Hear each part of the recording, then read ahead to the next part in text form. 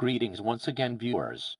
I come to you with news that many people across the entirety of Fulton County are reporting seeing a swirl of red and white in their vision, similar to peppermints. Either this is a short-lived phenomenon, or maybe some people are lacing food with drugs. The second option is more believable, though I'm just wondering who would just give away free drugs.